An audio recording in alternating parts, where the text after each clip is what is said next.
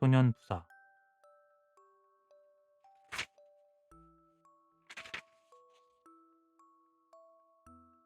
그리 멀지 않은 예전에 9살에 부사가 된 총명한 소년이 있었다. 그가 바로 이두왕이다. 가난한 선비의 가정에서 태어난 이두왕은 4살 때부터 서당에 다니며 열심히 공부하더니 9살에 과거에 급제하여 동래부 부사로 부임되었다. 새로 부임한 원님이 조그만 코울릭의 아이인지라 이방과 형방 등 문무관원들이 모두 업수이 보고 공무에 태만하면서 매일 질탕치듯 먹고 마시고 놀기만 하였다.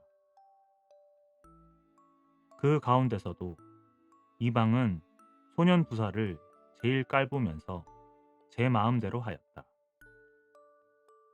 그랬건만 소년 부사는 모르는 척 내버려 두고 송사가 있으면 말로 할 건 말로 하고 글로 쓸 건 글로 써서 잠깐 사이에 옳고 그름을 딱 갈라 처리하는 데서 문무관원들은 물론 백성들도 감탄을 금치 못했다. 하지만 이방은 네가 알면 얼마나 알며 총명하면 얼마나 총명하랴 싶어 하루는 매 사냥꾼을 불러서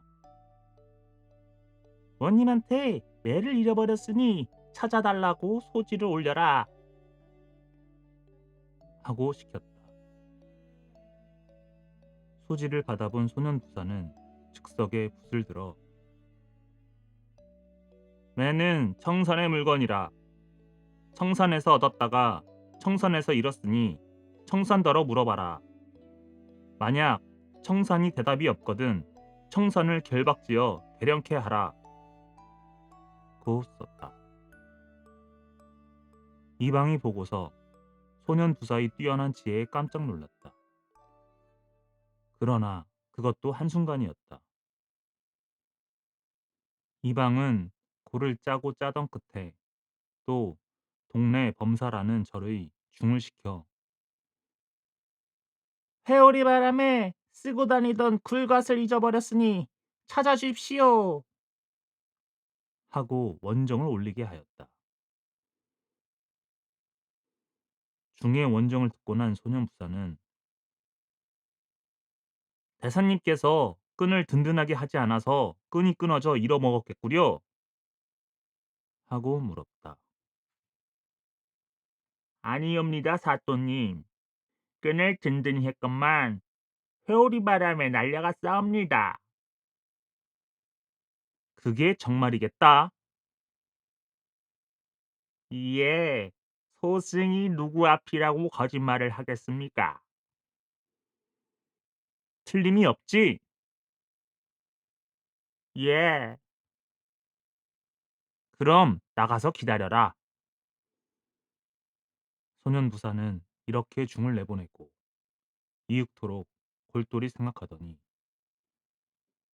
여봐라 하고 아전을 불렀다. 지체 말고 앞강에 가서 사공 둘만 데려오너라. 이방과 문무관원들은 갓을 찾아달라는데 사공을 불러다 뭘 할 건가? 하며 궁금해서 수군거리는데 아전이 사공 2사람을 데려왔다. 사또님, 분부대로 세령했나이다. 사공은 들으시오. 배가 남쪽으로 가려고 할 때 남풍이 불면 배는 어떻게 가야 하오? 원님의 물음이라. 사공은 돛을 어떻게 달면 돌아서 간다고 아뢰었다. 그럼 배가 북쪽으로 가려고 할 때 북풍이 불어서 남쪽으로 밀려가면 어떻게 하오? 그럴 때면 새바람에 돛을 어떻게 달면 배가 돌아서 간다고 대답했다. 헌데 바람이 아니면 만경창파 못 다니는 배가 회오리 바람에 파손당할 때도 있느냐? 사공은 이번에도 무슨 바람과 무슨 바람이 불어서 마주치면 회오리 바람이 일어나는데, 이때 돛을 미처 내리지 못하면 배가 파손되거나 엎어진다고 대답하였다. 그러고 보니 바람을 일으키는 건 말짱 너희들의 조화로구나. 소년 부사가 터무니없는 소리를 한다는 것을 번연히 알면서도 사공들은 대꾸를 못했다. 사공 듣거라. 법무사 대사님께서 회오리 바람에 굴갓을 잃어버렸다 하니 필경 바람을 좌우지하는 너희들의 작가니라.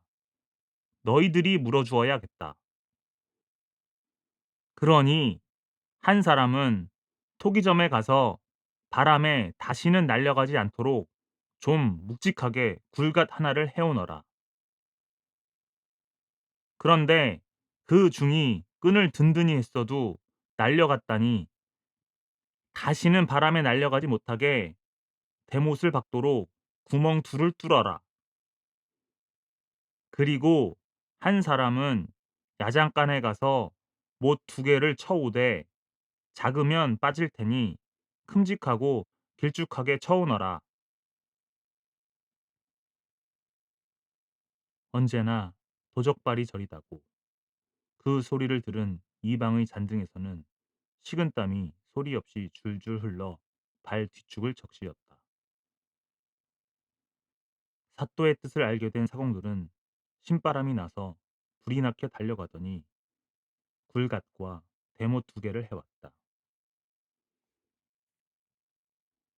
굴갓 잃어먹고 상소한 중놈을 불러들여라. 중놈이 원님 앞에 꿇어앉자 소년 부사는 굴갓을 찾을 수 없어 새로 하나 해왔으니 한번 써봐라 하고 명을 내렸다. 중놈이 흙으로 만든 굴갓을 보고 낯이 백지장이 되어 망설이자 두 나졸이 접어들어서 중의 머리 위에다 씌우니 중놈의 모가지가 자라목처럼 움츠러들었다. 아까 저 중놈이 말하기를 각끝을 든든히 했어도 날려갔다고 하니 회오리 바람에 날려가지 못하도록 대못을 박아라. 나졸들이 못과 망치를 들고 다가서자 이방 때문에 영락없이 죽게 됐다고 생각한 중놈은 얼굴빛이 수검댕이가 되어 눈물을 잘잘 쏟으며 사또님, 소승이 죽을 죄를 졌사오나 한 번만 살려주시면 이실직고 하겠나이다 하고 빌었다. 할 말이 있으면 어서 아뢰어라. 사실은 이 이방 나으리가 소승 보고 거짓말을 하라고 시키시면서 행하지 않으면 목을 낮추겠다고 위협하는 바람에 할 수 없이 하하하 에이 쓸개 빠진 놈 같으니라고. 남의 말을 고지 듣고 망동하는 중놈이 어디 있단 말이냐. 더군다나 나의 한팔인 이방이 그렇게 시킬 리도 만무한 일이라. 여봐라, 저놈이 본관 앞에서 거짓말을 했으니 곤장 열매를 안긴 다음 토기 굴각과 목값은 물론 사공들의 하루 품삯을 배상하도록 하게 하여라. 그제서야 사공과 나졸들은 소년 부사의 지혜와 살이 밝은 처사에 감복되어 모두 머리를 조아리며 찬송하였다. 오직 이방만이 떨면서 쥐구멍이라도 있으면 들어갈 상이었다. 그래도 소년 부사는 이방에 대하여 이런 방고도 없을 뿐 아니라 견눈 한번 보내지 않았다. 그런 일이 있은 후에도 이방은 버릇을 못 고치고 소년 부사가 자기를 무서워서 어쩌지 못한다고 여기며 여전히 소년 부사를 깔보고 헐뜯는지라. 소년부사가 이방을 불렀다. 이방아바이, 이방아바이. 사또님, 부르셨습니까? 저 밭에 가서 수수장 한 대만 끊어다 주게. 헌데 이방이 수수대를 들고 다니는 걸 사람들이 보면 또 원님이 장난한다고 할 테니 아무도 모르게 소매 안에다 감춰가지고 오되 끊지는 말고 그대로 갖다 주게. 예. 이방의 생각에는 소년 부사가 새 장을 만들려는 모양이라고 속으로 혀를 차며 밭에 나가 긴 수수대를 베었으나 감출 수가 없었다. 그래서 몇 토막 끊어서 팔소매에 넣어가지고 왔다. 아니, 내가 뭐라고 했나? 끊지 말고 가져오라고 했는데 감출 채간이 없어서 할 수 없이 끊었습니다. 어? 그거 하나도 소매 속에다 넣지 못해?